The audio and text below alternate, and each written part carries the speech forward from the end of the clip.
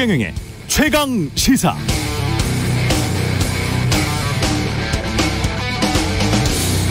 네, 한국에 전술핵을 배치해야 한다는 주장이 여권에서 다시 나오고 있습니다. 새로운 주장은 아닙니다. 2017년 문재인 정부 때 홍준표 자유한국당 대표도 했던 주장입니다. 이 정부 믿기 어렵기 때문에 마지막 선택이지만 전술핵 재배치해야 한다, 이렇게 말했었습니다.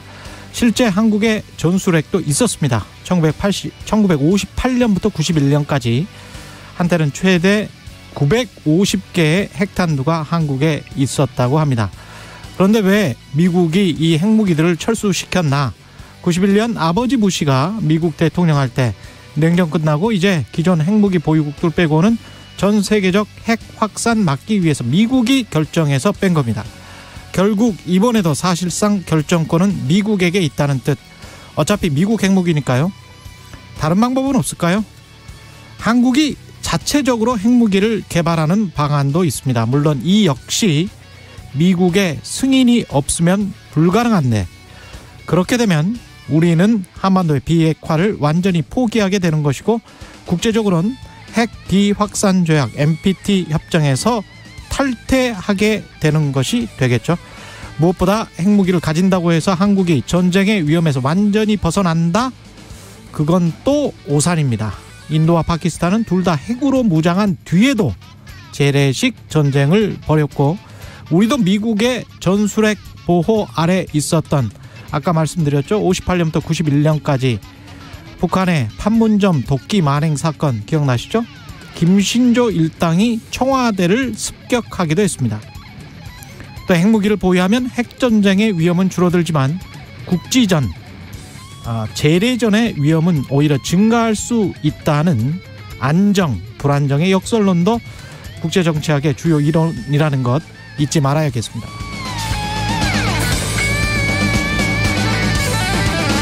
네, 안녕하십니까. 10월 14일 금요일, 세상에 이익이 되는 방송 최경영의 최강시사 출발합니다. 저는 KBS 최경영 기자고요. 최경영의 최강시사 유튜브에 검색하시면 실시간 방송 보실 수 있습니다. 문자 참여는 짧은 문자 50원, 긴 문자 100원이들은 샵9730 또는 유튜브 무료 콩어플 많은 이용 부탁드리고요. 청취율 조사 기간입니다. 최경영의 최강시사로 다양한 질문, 의견 보내주신 분들 중 추첨을 통해서 커피 쿠폰 보내드립니다. 많은 참여 부탁드립니다. 오늘 최강시사, 오늘 새벽 미사일 또 발사했네요. 북한에 대한 대응책 국방부 신범철 차관 통해서 알아보고요.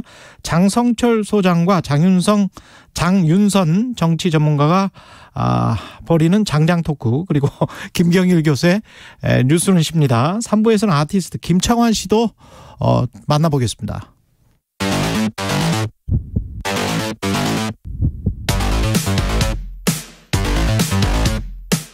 오늘 아침 가장 뜨거운 뉴스 언박싱.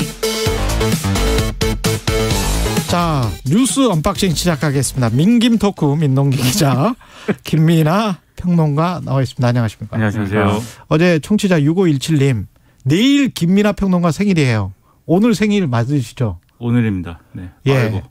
어제 청취자가 알려주셨어요. 아이고, 감사합니다. 지난해 방송 듣고 기록해놓은 청취자입니다. 대단하십니다. 심오셨군요. 네. 아닙니다. 네, 전 잘 모르는. 친척이죠?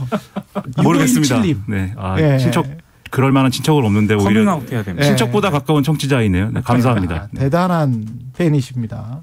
제작진이 따로 케이크를 준비했습니다. 네, 나라가 어려운데 제가 이렇게 케이크나 이렇게 보고 있어도 되는 것인지. 훈훈합니다. 예, 우리가 다 먹고 살자고 한 거잖아요.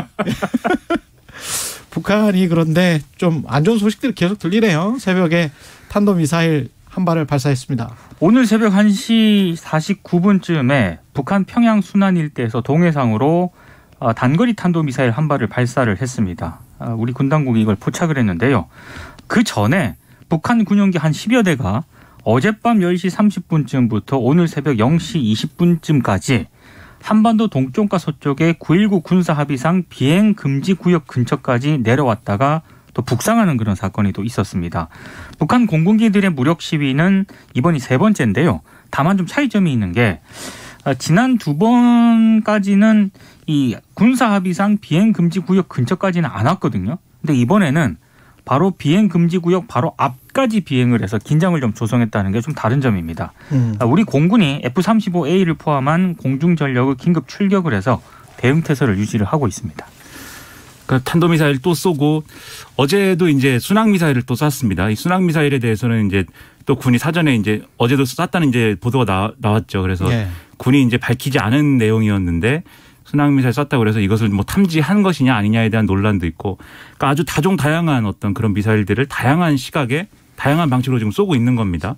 그리고 이건 결국은 이제 늘 말씀드리지만 7차 핵실험으로 가는 과정과 단계인데 중요한 거는 이제 7차 핵실험 얘기를 하면은 아까 오프닝에서도 좀 말씀하셨지만 지금 정부 여당에서는 계속 전술핵 재배치라든가 이런 것들을 얘기하고 있는 그런 상황 아닙니까? 예. 근데 어제 윤석열 대통령이 어제 전해드린 소식 중에 이제 전술핵 재배치는 여러 가지로 무리일 수 있어서 확장 억제를 사실상의 핵공유와 비슷한 방식으로 운용하는 시스템 그러니까 나토식 핵공유. 그렇죠. 뭐 네. 나토식 핵공유는 뭐 아닌데 근데 이제 어쨌든 한국형 핵공유라고 할 수도 있겠고 뭐 그게 좀 의미가 다를 수도 있겠습니다만 핵공유라는 게 뭘까요? 사실은 나토에 그렇죠. 있는 국가들도 그 나토식 핵공유를 좋아하지 않는 국가들이 상당히 많습니다. 그렇죠. 예. 그렇습니다. 그리고 거기 또 핵무기가 또 실질 배치되는 부분들도 있기 때문에 이게 좀 다른데 거기 게다가 이제 버튼은 그렇죠. 어차피 미국 손에 달려 있는 거예요. 맞습니다. 그렇습니다. 우리 버튼이 아니에요. 그 버튼은. 그렇습니다. 예. 그래서 지금 이제 유력하게 아마도 이따가 신범철 차관이 말씀하실 것 같은데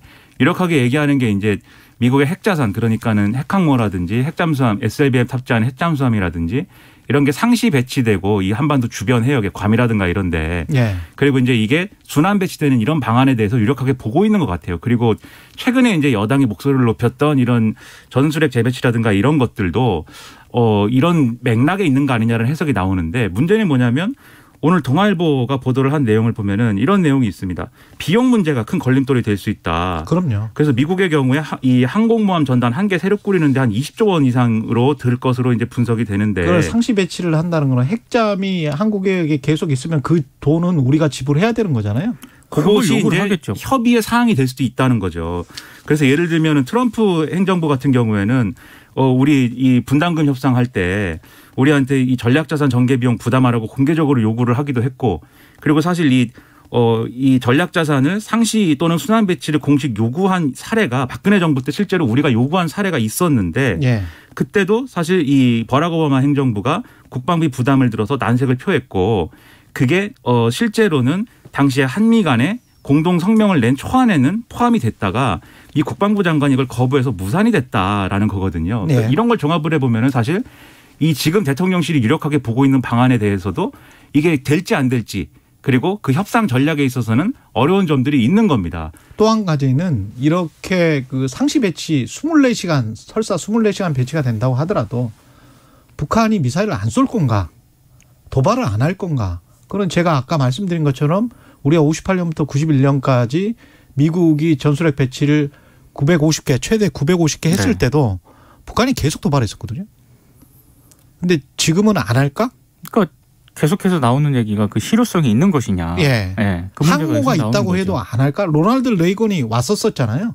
그 다음 날 지금 쏜 거 아니에요? 네. 그렇습니다. 예.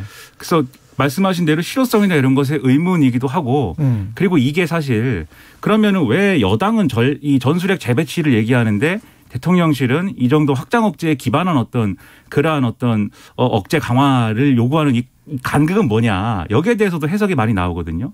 예를 들면 한겨레 같은 경우에는 사설을 통해서 이게 너무 여당이 강한 얘기를 하니까 지금 대통령실과 정부가 그 수준을 좀 낮추는 방식으로 수습에 나선 거 아니냐. 그리고 미국이 이제 전술핵 재배치에 이제 동의하지도 않고 이런 부분 고려해서 수습에 나선 거 아니냐라고 보고 있지만 동아일보의 경우에는 일종의 지렛대 전략 아니냐. 그래서 여당이 이렇게 더 큰 걸 얘기하고 있으니 해주고 정부 입장에서는 미국하고 협상을 할 때 네. 지금 이제 상시 배치나 이런 걸 요구할 때 우린 이런 얘기까지 나온다. 그러니까 이 정도는 해줘야 된다. 이런 협상 전략 아니냐라고도 접근을 하고 있어요. 근데 문제는 뭐냐면 지금 말씀하신 것처럼 그러한 이제 여당에서의 어떤 발언이나 이런 게 사실 어디로 튈지 모르는 정치적 상황을 야기하고 있다는 것도 우려가 되는데 예를 들면 안철수 의원의 경우에는 지금 유력 당권주자 중 한 명 아닙니까? 예. 근데 국정감사에서 한국형 핵공유 얘기 대선 때 했던 얘기를 또 했거든요. 근데 그게 뭐냐면 한국형 핵공유는 한국에 핵을 두는 방안은 아니지만 이제 일종의 이제 이 나토식 핵공유를 비튼 이 변경한 이 어떤 내용일 텐데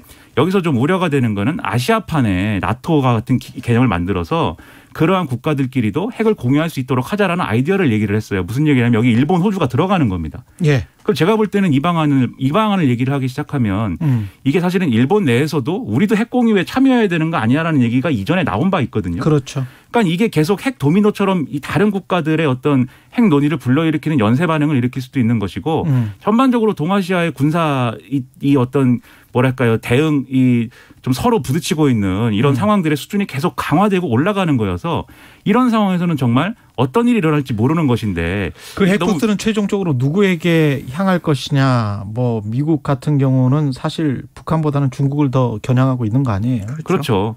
그리고 어디로 네. 튈지 모르는 이 상황에서 우리는 예를 들면 미사일 발사 시험 같은 것도 제대로 안 되고 있지 않습니까? 미사일을 혐오 미사일 그렇죠. 같은 경우에는 앞으로 쐈는데 뒤로 가고 어제 나온 보도를 보면은 그날 쏜 2발의 에이테킴스 미사일 중에 한 발은 어디로 갔는지 지금 모른다. 이런 상황이라고 하면 이런 게 어떤 이 군사적 긴장이 높아진 상황에서는 이런 예측할 수 없는 돌발 상황이 또 다른 화약고에 불을 붉고 불똥이 튀는 결과를 낳을 수도 있는 거잖아요. 예. 그러니까 이런 좀 불안한 정세를 이렇게 야기하는 방식으로만 가는 것이 답인가 이거에 대해서도 의문을 좀 제기할 필요가 있어 보입니다.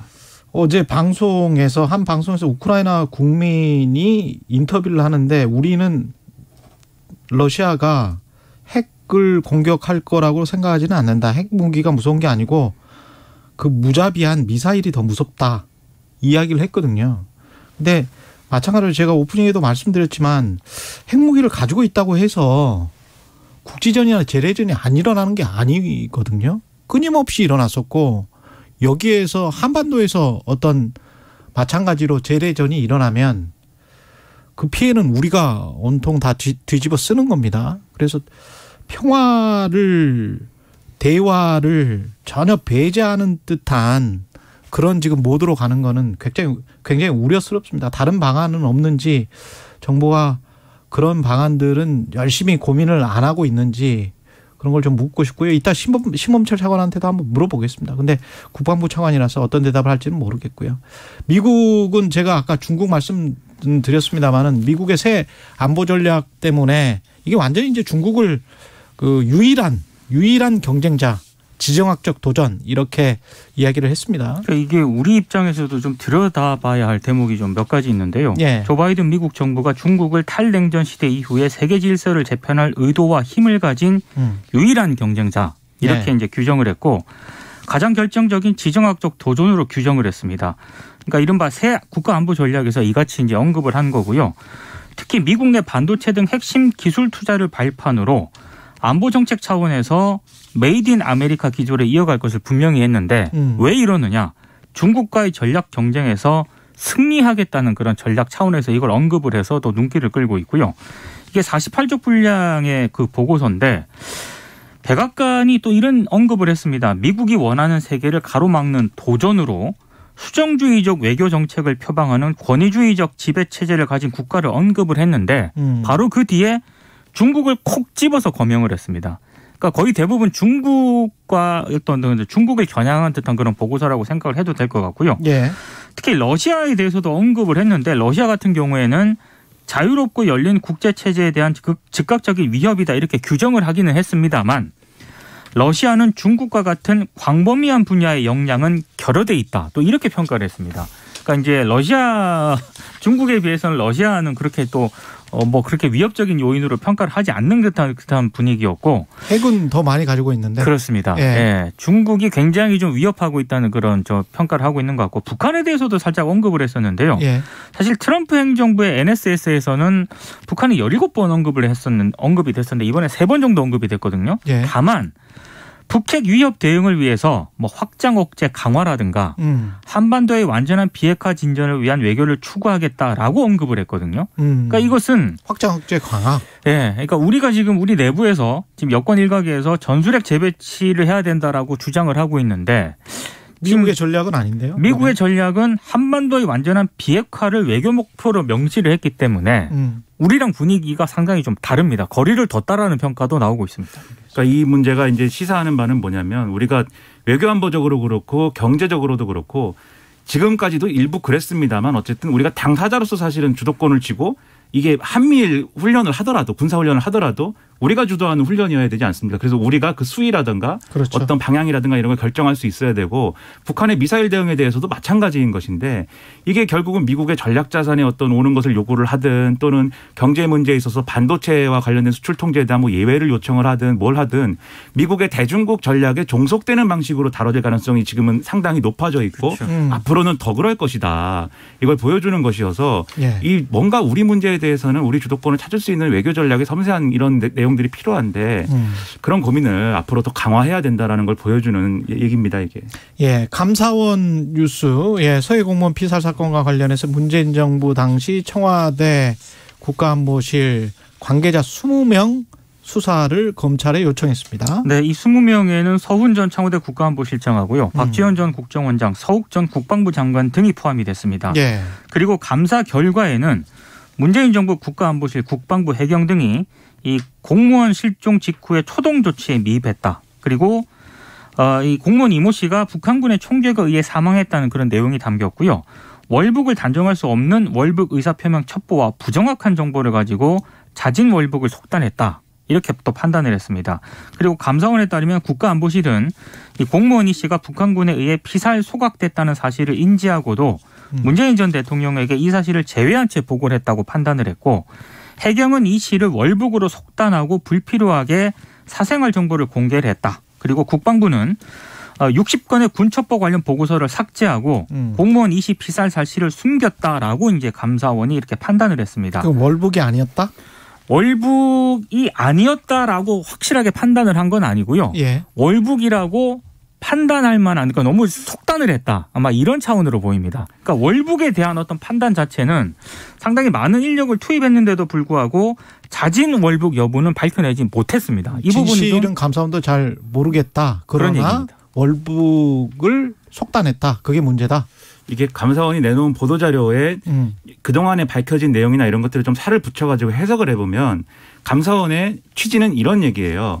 그러니까 이 공무원이 뭐 이 미상의 어떤 이유로 이 해양에 이제 바다에 표류를 하게 됐는데 예. 북한에 이제 흘러가게 된 것이고 북한에 도착을 해서는 이제 북한 군인들이 왜 왔는가를 계속 물어보니 예. 거기에 대해서 월북의 의사가 있다라는 얘기를 하긴 했는데 이게 처음부터 월북의 의사를 갖고 이제 갔다기보다는 북한군이 물어보고 위협을 하니까 이 대답을 무서워서. 그렇게 한 것이다라는 예. 취지인 것이고 예. 그다음에 여기에 대해서 우리는 저게 이제 어쨌든 평시라고 하면은 북한 이런 경우에는 북한이 우리 국민을 구조하거나 해서 돌려주거나 뭐 이렇게 하는데 이번에도 그렇게 할 것으로 예상을 해서 이 저강도 대응을 했다 이 얘기입니다.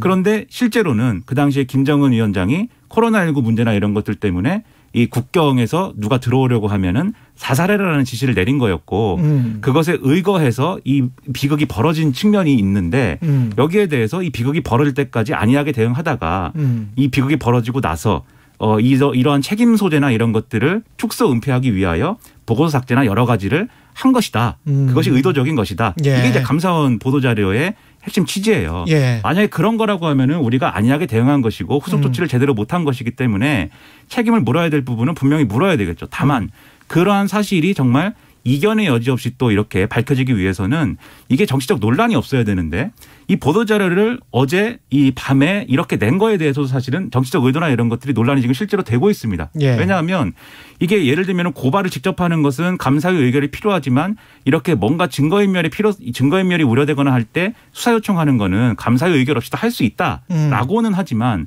이게 이미 검찰 수사가 진행 중인 사안이고 오히려 이제 이 사람들을 수사하시오라는 여러 명의 사람들을 지목을 하는 것은 오히려 그렇게 감사원이 보도자료를 내고 공개하는 것 자체가 중간 이 조사 결과를 발표하는 것 자체가 오히려 증거인멸을 도와주는 꼴도 될 수 있는 것인데 이러한 언론의 대응을 왜 했는가에 대해서는 지금 의문이 좀 제기가 되거든요. 예, 언론 플레이를 먼저 했다. 그래서 감사원이 예. 사실 이 내용 자체가 어제 일부 언론에 보도가 됐어요 또. 그러니까 이런 여러 가지 논란을 키우면서 감사원이 대응하는 거에 대해서는 오히려 이 진상규명을 어렵게 하고 진실을 파악하는데 장애물이 될 수 있다는 점에서 특별시무사에게 단독까지 주면서. 그렇습니다. 예. 우려가 많이 됩니다 이게. 여기까지 듣겠습니다. 뉴스 언박싱 민동기 기자 김민하 평론가였습니다. 고맙습니다. 고맙습니다. KBS 1라디오 최경영의 최강시사 듣고 계신 지금 시각 7시 39분입니다. 날씨 정보입니다. 내륙 지역을 중심으로 가시거리 200m 미만의 짙은 안개 낀 곳이 많습니다. 오늘 오전까지 내륙 곳곳으로 안개가 지속될 걸로 보여집니다. 항공기 운항 정보 꼭 확인하시는 게 좋겠습니다. 오늘 전국적으로 가끔 구름만 많이 낄 뿐 대체로 맑고 화창한 날씨 이어질 걸로 보입니다. 지금 구름량은 많은 편입니다. 모레까지 아침 기온과 낮 기온 모두 평년보다 높겠고요. 오늘과 내일 일교차가 10도에서 15도로 상당히 크게 나겠습니다. 건강관리에 유의하시기 바랍니다. 오늘 낮 기온도 서울, 강릉, 대전 22도, 전주, 대구 23도 등 어제와 비슷해 초가을 낮 공기와 거의 흡사하겠습니다. 이렇게 주말, 휴일 계속해서 날씨가 화창하고 기온도 적당해서 외출하시기에 아주 무난한 날씨가 되겠는데요. 월요일부터는 찬 대륙 고기압이 확장하면서 추워지겠습니다. 지금 서울의 기온은 13도, 습도는 80%입니다. 날씨 정보였고요. 다음은 이 시각 교통 상황 알아보겠습니다. KBS 교통정보센터의 김민희 씨입니다. 네, 출근 정체가 빠르게 늘고 있습니다. 제2경인고속도로 인천 쪽으로 남동 부근 3차로에는 화물차가 고장으로 서 있어서 부근으로 차량들 더디게 지나고요. 반대 성남 쪽으로는 문학에서 서창분기점 사이와 또 안현분기점에서 광명 사이로 속도 줄여 지납니다. 경부고속도로 서울 방면으로는 북천안 부근과 수원에서 신갈분기점 일대, 이후로는 달래내고개부터 반포 사이로 지나는 차량들이 많고요. 반대 부산 쪽으로는 한남부터 서초 사이와 또 신갈분기점에서 수원 사이로 정체입니다. 서울 시내 동부간선도로 도심 쪽으로 원릉분기점 부근 1차로에서는 사고가 났는데요. 이 여파받아 뒤로 도봉터널을 진입하면서부터 속도 줄여 지납니다. KBS 교통정보센터였습니다. 오늘 하루 이슈의 중심. 당신의 아침을 책임지는 직격 인터뷰. 여러분은 지금 KBS 1라디오 최경영의 최강시사와 함께하고 계십니다. 네, 밤사이 북한 군용기 10여 대가 9.19 군사합의에 의해 설정된 비행금지구역 인근까지 남하하는 등 시위성 비행을 했습니다. 네, 군 당국이 대응에 나섰는데요. 북한은 비행 이후에 탄도미사일 한 발도 발사를 했습니다. 계속 도발을 이어가고 있습니다.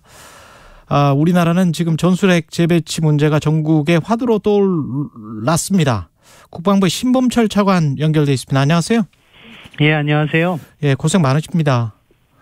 감사합니다. 예, 지금 상황이 북한이 이번에 지금 탄도미사일 한 발, 이거는 또 어떤 미사일인지 확인은 됐나요? 혹시? 저희가 그 거리나 고도, 그리고 최대 속도를 볼 때 KN-23, 그러니까 언론에서는 이스칸데르형이라고 말씀하시고 계시잖아요. 예. 그 계열의 미사일로 추정하고 있습니다. 왜 북한은 계속 이러는 겁니까? 어떻게 생각하세요?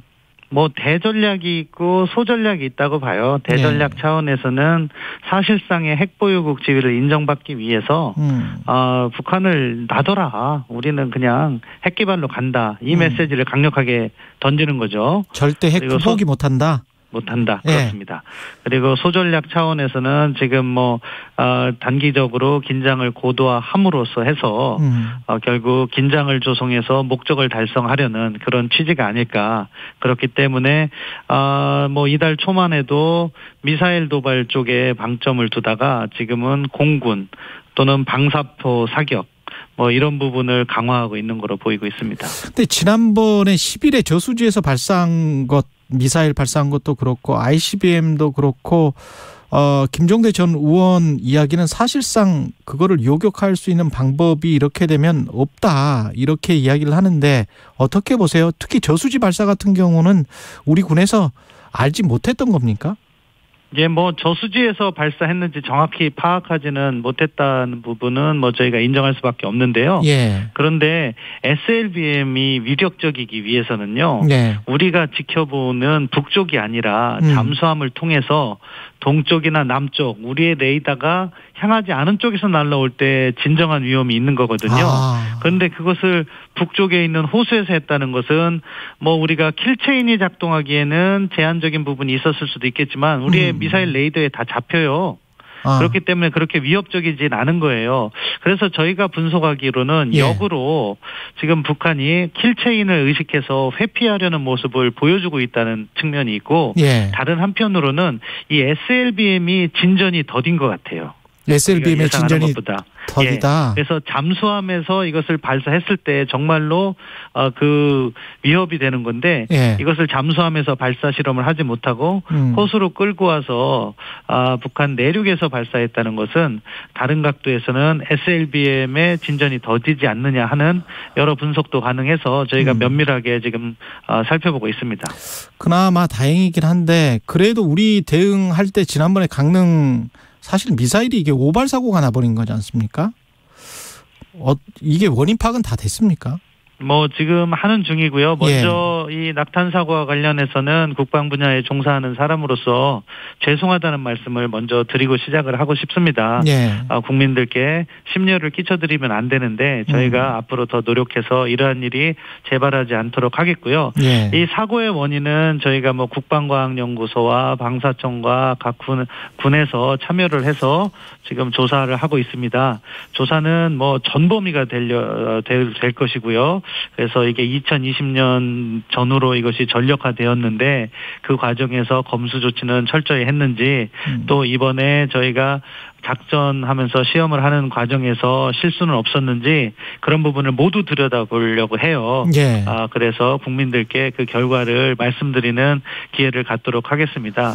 아무튼 저희가 모든 작전에 있어서 100% 임무를 완수해야 되는데 이렇게 국민들께 심려를 끼쳐드리게 된 점 다시 한번 사과드립니다. 국방부에서도 지금 모든 상황이 7차 핵실험으로 가고 있다 이렇게 판단하고 계십니까? 7차 핵실험의 가능성은 높다고 봐요. 왜냐하면 북한 스스로 그 필요성을 인지하고 있을 거니까요. 그렇지만 그 시점과 관련해서는 저희가 어느 특정 시기를 예단하기보다는 어떠한 형태의 핵실험인지를 중점을 두려고 합니다. 왜냐하면은 북한이 지난 6번의 핵실험은 한 번의 그 탄두를 최대한 폭발 실험을 하는 그런 폭발력에 방점을 줬다면 이제 지금 북한이 다양한 미사일을 개발하고 있잖아요.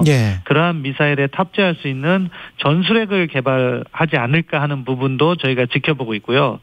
이 경우에는 한 번의 그 전술핵 실험이 아니라 각각의 미사일에 맞는 한두 차례 이상의 실험이 있을 수도 있고 해서 저희가 그러한 양상이라든가 이런 것을 더 면밀히 지켜보려고 하고 시기는 언제든지 저희는 대비를 하고 있어야겠지만 너무 시기에 중점을 두다 보면 북한의 의도에 끌려가는 부분도 있어서 저기는 조금 더 냉철하게 지켜보려고 하고 있습니다. 국방부 입장에서는 어떻습니까? 9.19 남북 군사 합의를 만약에 그쪽에서 핵실험을 하면 어떤 형태로든 하면 파기해야 된다 이런 목소리가 여권에서 나오고 있는데 차관님이 보시기에는 어떻게 생각하세요? 정치권에서 나오는 목소리는 국민의 의견을 반영하는 거죠. 그런 목소리가 국민들께서 염려하시는 부분이 있고 그것을 이야기하시는 거라고 보는데요. 저희 국방부 입장에서는 저희 이종섭 장관께서 10월 4일 날 국정감사에서 밝히신 대로 9.19 군사분야 부속 합의서에 실효성을 제고하는 데 1차적 목표를 둔다. 실효성을 제고하는데. 그렇기 때문에 북한이 이것을 준수해라 하는 요구를 먼저 하고 있습니다. 다만 북한이 반복적으로 이것을 이렇게 위반을 한다면은 저희도 거기에 대응하는 조치는 언젠가는 해야 될 것으로 준비는 해야 되겠지만 아무튼 저희가 지금 1차적으로 방점을 두는 것은 북한이 이러한 9.19 군사분야 부속 합의서를 지키도록 만드는 것이 저희가 우선적으로 중점을 두고 있는 사안입니다. 또 나오고 있는 게 이제 전술핵 재배치 이야기인데 어떻게 생각하세요? 나토식 핵 공유 이 이야기도 급부상되고 있더라고요. 네, 나토식 핵 공유라는 것이 나토에 있는 5나라의 전술핵을 배치하고 그 전술핵이 사용되는 과정에서 그 배치국과 미국 간의 긴밀한 협의를 거쳐서 전술핵이 사용되게 하는 그런 부분을 말하는 건데요. 일단 우리는 전술핵이 없죠. 그렇기 때문에 나토식 핵 공유를 하려면 미국의 전술핵을 다시 가져와서 재배치하는 부분이 있는데 사실 이 역시 정치권에서 먼저 문제가 제기되고 있지만 저희 국방부는 그간 여러 차례 말씀드린 바와 같이 한미 간의 확장 억제 협력을 실질적으로 내실화 하면서 북한에 대한 핵 억제력을 강화하겠다 하는 것이 기본 목표고 그것을 위해서 다양한 노력을 하고 있다. 그래서 과거보다 훨씬 더 증강된 확장 억제 협력을 해나가고 있다 이렇게 말씀드릴게요. 그러면 확장 억제를 강화하겠다. 이거는 지금 여권에서 나오고 있는 목소리하고는 좀 다르고 미국 NSS에서 나온 이야기하고 같네요. 전략보고서 그렇죠. 이야기하고. 뭐 한미 간에는 긴밀한 협력이 이루어지기 때문에 정부 대 정부 간요. 미국하고 인식을 같이 하고 있고 미국도 그러한 내용을 아까 말씀드린 국가안보 전략서 National Security Strategy라고 하는데 거기에 담은 것으로 알고 있습니다. 근데 정치권에서는 국민의 목소리, 지지층의 목소리를 반영하다 보니까 이 부분에 있어서 저희 정부가 하는 것보다는 한 발짝 더 나가서 목소리를 내주시는 거로 이해하고 있습니다. 내주는 게 좋습니까? 안 좋습니까? 저희가 그것을 좋다 안 좋다 평가하기는 적절한 것 같지 않고요. 아무튼 다양한 목소리가 국가 안보와 관련해서 제기되는 것은 좋은 일이라고 보고요.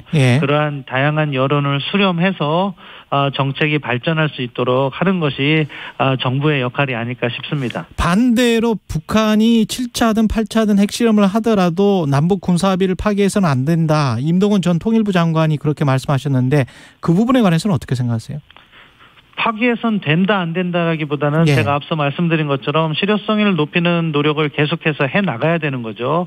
그런데 그러한 상황이 계속해서 반복적으로 무실화되는 경우가 있다면 그것을 어떻게 할 것인가는 또 다른 고민을 해야 되는 것이고 그러한 고민에 열린 자세로는 나가야 된다고 생각해요. 참 고민스러운 게 만약에 파기를 하든 아니면 전술핵 배치를 하든 간에 북한이 지금 나오는 거 봐서는 여하튼 계속 도발은 할 것 같거든요. 제가 외부에서 보기에는. 차관님은 어떻게 생각하세요? 만약에 미사일 도발이 계속 된다면 무엇을 하든 상관이 없는 거 아니에요?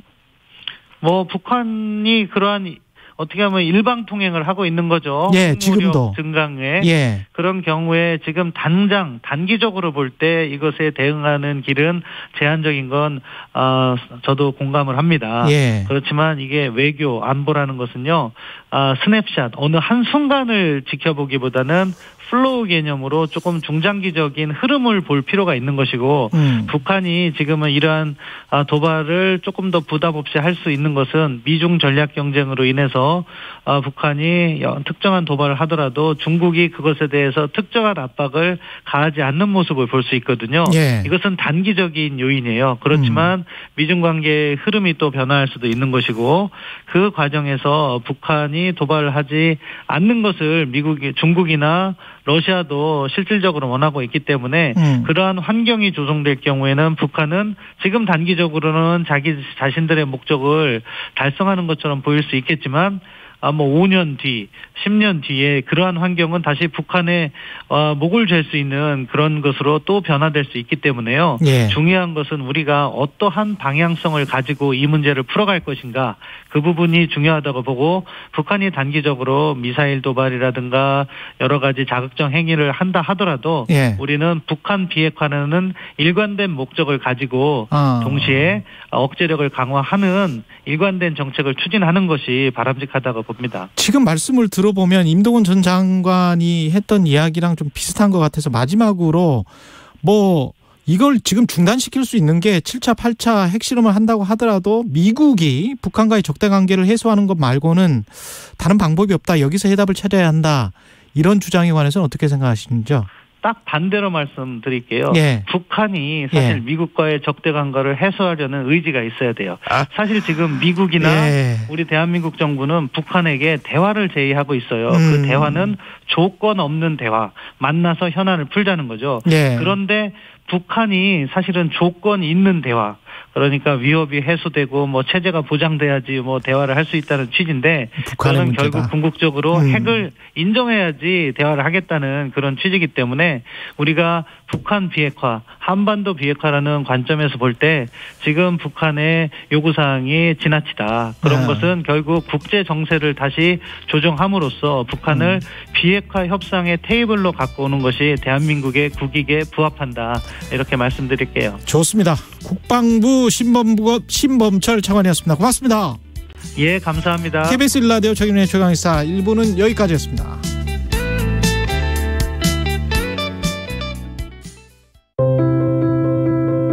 기억하시나요? 세계는 서울로, 서울은 세계로. 1988년 대한민국을 전 세계에 알린 서울올림픽. 2022년 새로운 이름으로 서울에서 다시 시작됩니다. 10월 18일부터 19일까지 전 세계 올림픽 개최국이 다시 한번 서울에 모여 미래 세대의 올림픽을 준비하는 서울올림픽 레거시 포럼이 열립니다. 스포츠를 통한 더 나은 세상, 국민체육진흥공단이 함께합니다. 안녕하세요. 심장 이식을 받고 두 번째 삶을 살고 있는 KBS 기상캐스터 오수진입니다. 오늘 하루도 4만여 명의 환자들이 장기 이식을 기다리고 있다는 사실 알고 계셨나요? 그중에서도 하루 평균 7명의 환자가 이식을 받지 못해 안타깝게 세상을 떠나고 있습니다. 여러분, 장기 기증은 한 명의 뇌사장기 기증자가 9명의 생명을 살리는 고귀한 나눔입니다. 생명 나눔의 첫걸음은 장기 기증 희망 등록입니다. 장기 기증 희망 등록에 동참해주세요. 당신만이 살릴 수 있는 생명이 있습니다.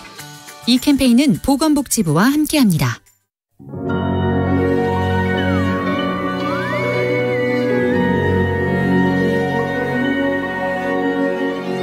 우리가 이 세상에 살면서 따뜻한 밥을 한 끼 먹을 수 있는 것도 행복이거든요.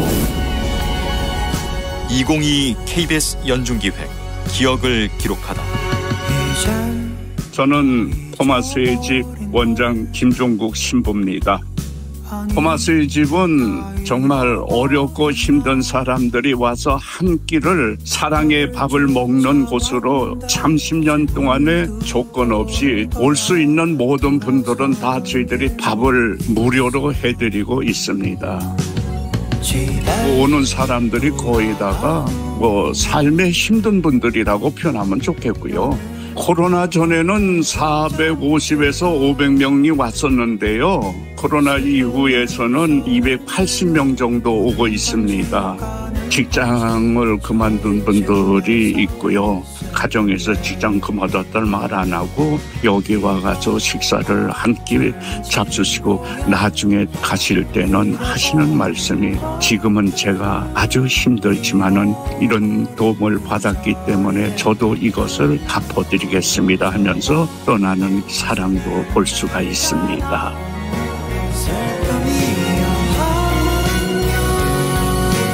토마스의 집 김종국 신부는 기억합니다.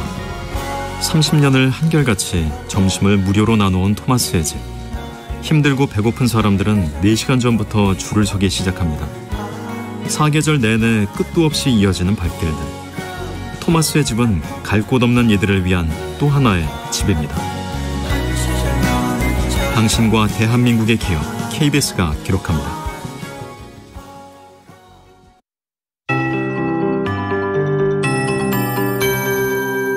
KBS 58분 날씨.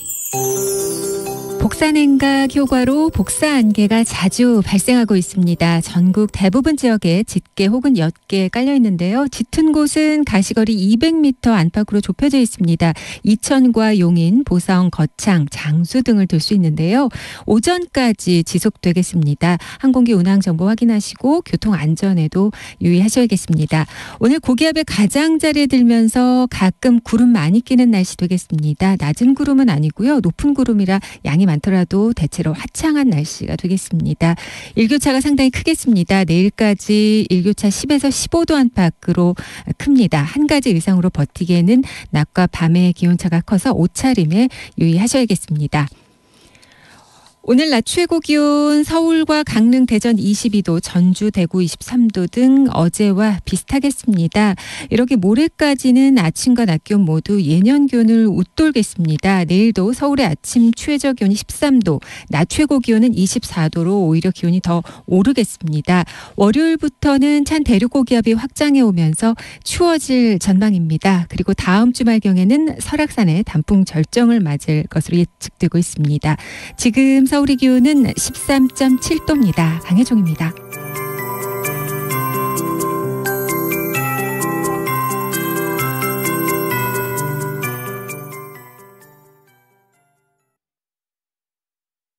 정성을 다하는 국민의 방송 KBS가 8시를 알려드립니다. AM 711kHz, FM 97.3MHz, KBS 1라디오입니다. HLKA.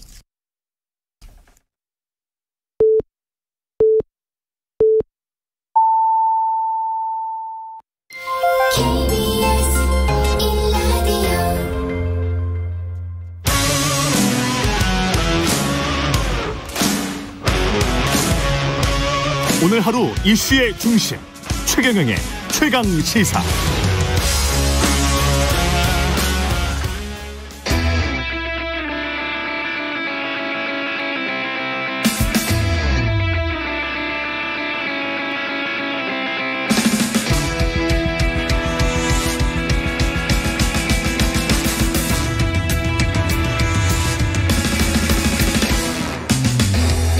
네, 청취율 조사 기간이라 특별히 마련했습니다. 청취자분들이 좋아하시는 두 분 모셨습니다. 장성철 공론센터 소장, 장윤선 정치전문기자. 네, 장장 토크 장장하게 시작하겠습니다. 안녕하십니까? 안녕하세요. 네, 안녕하세요. 예. 다른 프로그램에 두 분이 고정으로 나가십니까? 네. 그래서 아침에도 만났고 이번 주에는 저녁에도 만났고. 저는 경쟁 프로그램을 싫어하기 때문에 보지를 않으니까 몰랐어요.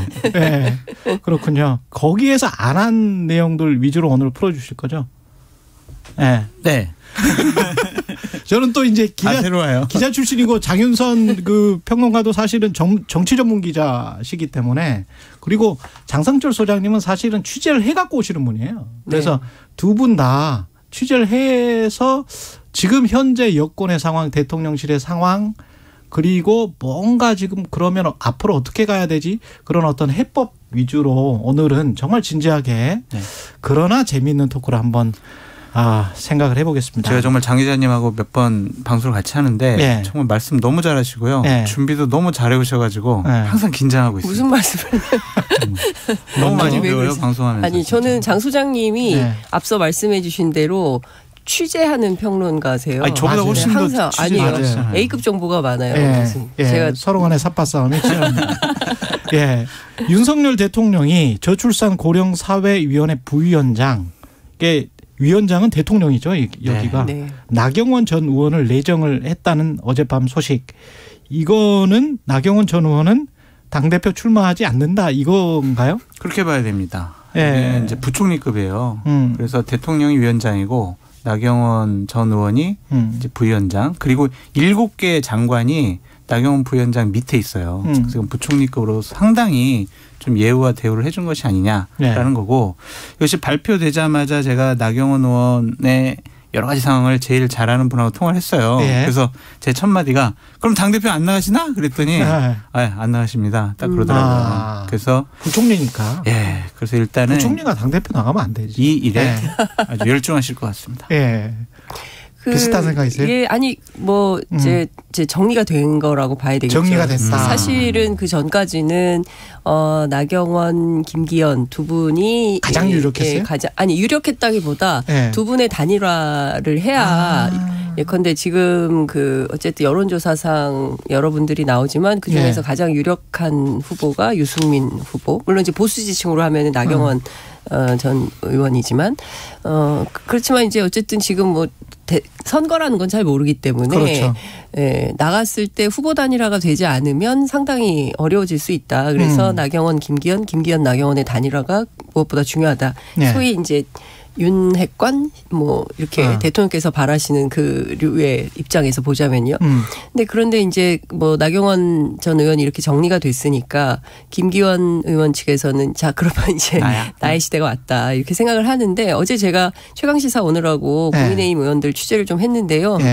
근데 지지율이 지금 4.6%라. 김기현 의원은. 그래서 사실은 인지도가 너무 떨어져서 쉽지는 않을 것 같고, 어쩌면 당에서 새로운 누군가를 찾을 수도 있을 것 같다, 이제 이런 얘기들이 나와서 어찌 보자면 김기현 의원 어제 오후 7시 이제 이게 첫 보도 됐는데요. 밤사이 굉장히 좋았겠지만 오늘 아침부터 또 괴로워질 수도 있겠다라는 생각이 듭니다. 근데 지금 당권 주자로 거론되는 분들보다는 지금 외부에 있는 분들이 더 유력할 수가 있다라고 외부에 보여지고. 당내가 아니고. 그렇죠.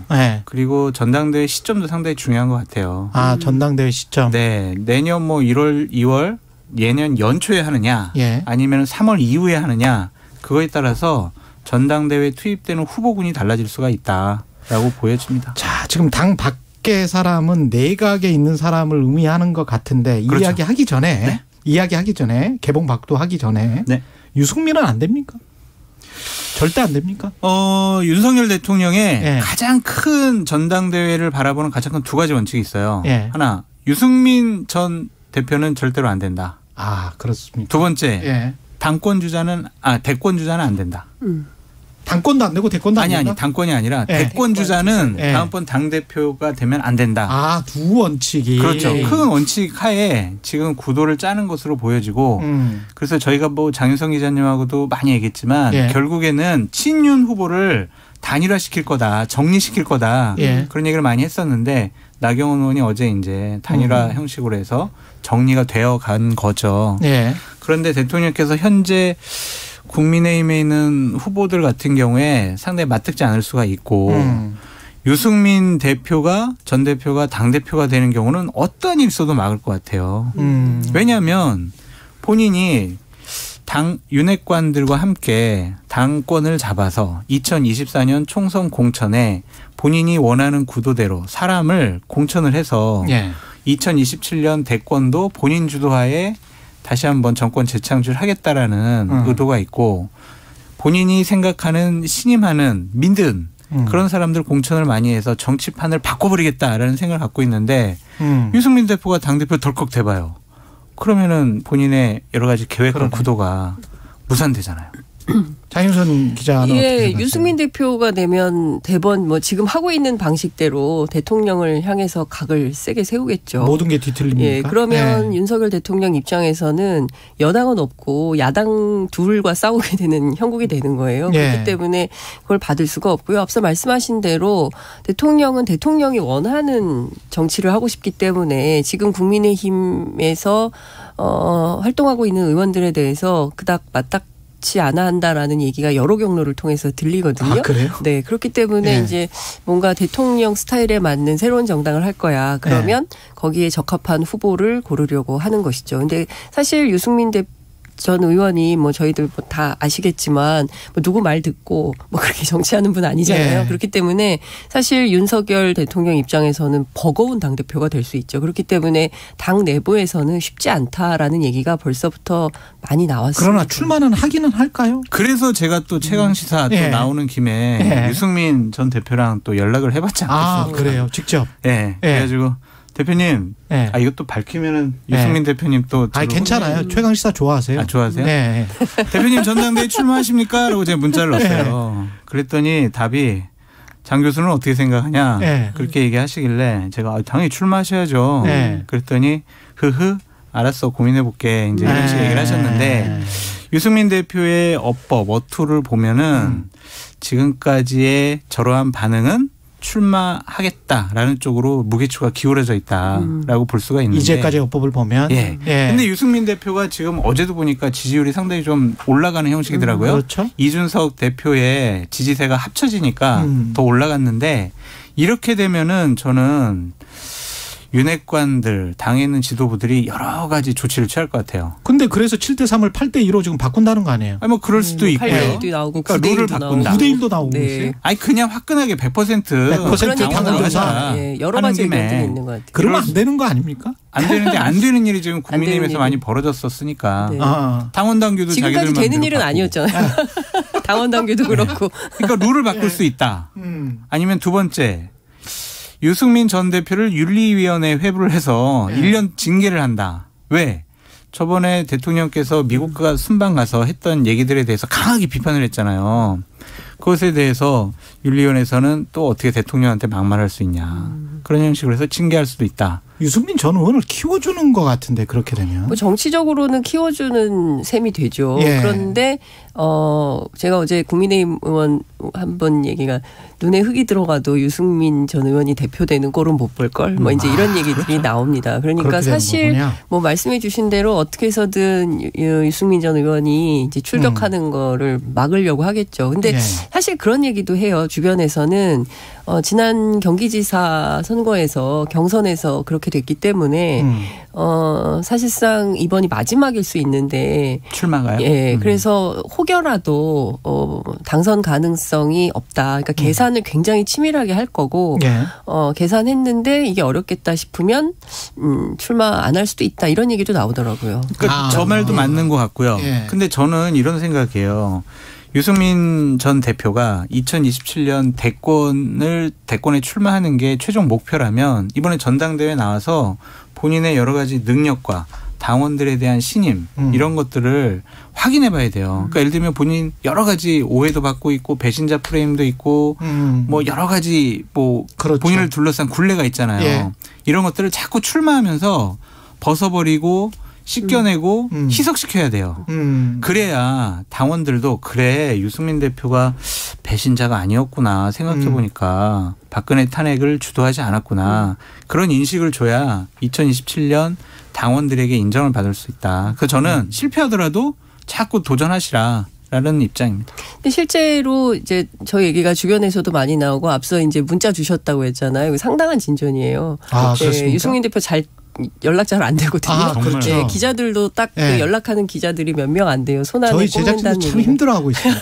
네. 섭외하기 힘들어하시죠. 의원님 인터뷰 요청드립니다. 아니 아까 좋아하신다면서요. 최강시사를 사실이 아니었네. 좋아는 하시는데 그 마음은 텔레파시로 전달은 됐습니다. 그래서 사실은 상당한 진전이고 이번에는 나오실 것 같은데요라고 하시는 분들이 많이 있기는 해요. 근데 그럼에도 불구하고 예전에 같이 정치하셨던 분들은 진짜 나올까? 뭐 이렇게 약간 반신반의하는 이런 것도 있더라고요. 근데 그 어느 때보다 유승민 전 의원에 대한 국민적 여론이 굉장히 좋고요. 그런데 제가 취재를 해보니까 수도권과 대구에 이게 온도차가 좀 있습니다. 그렇죠. 수도권에서는 보수정당 좀 이게 뭐야 좀 제대로 바꾸려면 유승민 같은 사람이 나와서 정말 보수정당 새롭게 한번 만들어봐야 되는 거 아니야? 라는 여론이 있는데 아래로 내려갈수록 그게 좀 없어져요. 그래서 최근에 제가 대구 지역 취재 영남권 취재하는 그 기자들 몇 명 제가 다시 전화 취재를 해보니까 실제로 유승민 전 의원의 배신자 프레임에 대해서는 여전히 존재하는 게 사실이다.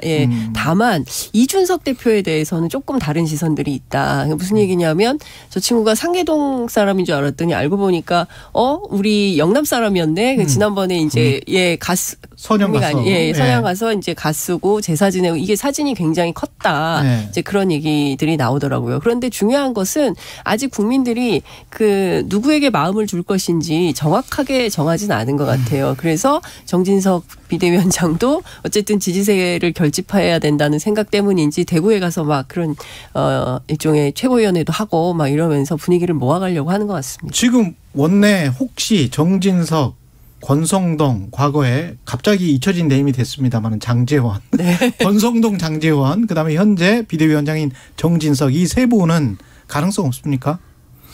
가능성이 없죠. 왜냐하면 정진석 비대위원장이 바로 비대위원장을 하다가 전당대회 나간다라는 거는 말이 안 돼요. 권성동 장제원은? 권성동은 지금 여론조사를 해보면 좀 상당히 낮은 수치가 나오고 있잖아요. 그리고 여러 가지 원내대표를 맡겨보니까 여러 가지 좀 실수한 부분들이 있어서 이게 감이 될까? 그런 생각을 의원들과 당원들이 할 수 있을 것 같고 장제원 의원은 숨어버렸죠. 근데 그분은 전당대회보다는 조용히 있다가 2024년 총선 공천에 본인이 영향력을 행사하거나 본인 지역구 챙기거나 이런 쪽으로 방향을 틀 것 같아요. 그러니까 이번 전당대회는 내 판이 아니다. 라는 생각. 왜냐? 장제원 의원은 대통령으로부터 상당히 좀 신임을 잃었다라는 평가가 상당히 높습니다. 나오고 있습니까? 네. 구체적인 이유는 좀 말씀드리기가 어렵고 방송 끝나고 나서 제가 살짝 말씀을 드리고 가겠는데 그렇다면은 후토크가 재밌네. 본인이 의지도 없다. 그렇게 보입니다. 현재로서. 의지도 없다. 장윤석 기자님도. 제가 취재한 바로는 그 장제원 의원에 대해서 왜 한 명씩 이렇게 지워나가는 것 같아? 근데 누군가 나타날 거예요, 이따가. 그렇겠죠. 근데 계속 들어보십시오. 장제원 의원 같은 경우에는 대통령께서 굉장히 격노하셨다는 얘기를 제가 들었어요. 비슷한 이야기를 들으셨구나. 그러니까 지난번에 이제 이른바 이제 카톡 얘기가 있었잖아요. 대통령실에 소위 이제 장제원 의원 라인이 많이 들어가 있었는데 그 대통령 모르거나 알지 못하는 가운데 이제 그 내용이 미리 발설됐는데 뭐 관련 내용이었더라 이런 얘기가 이제 돌았거든요.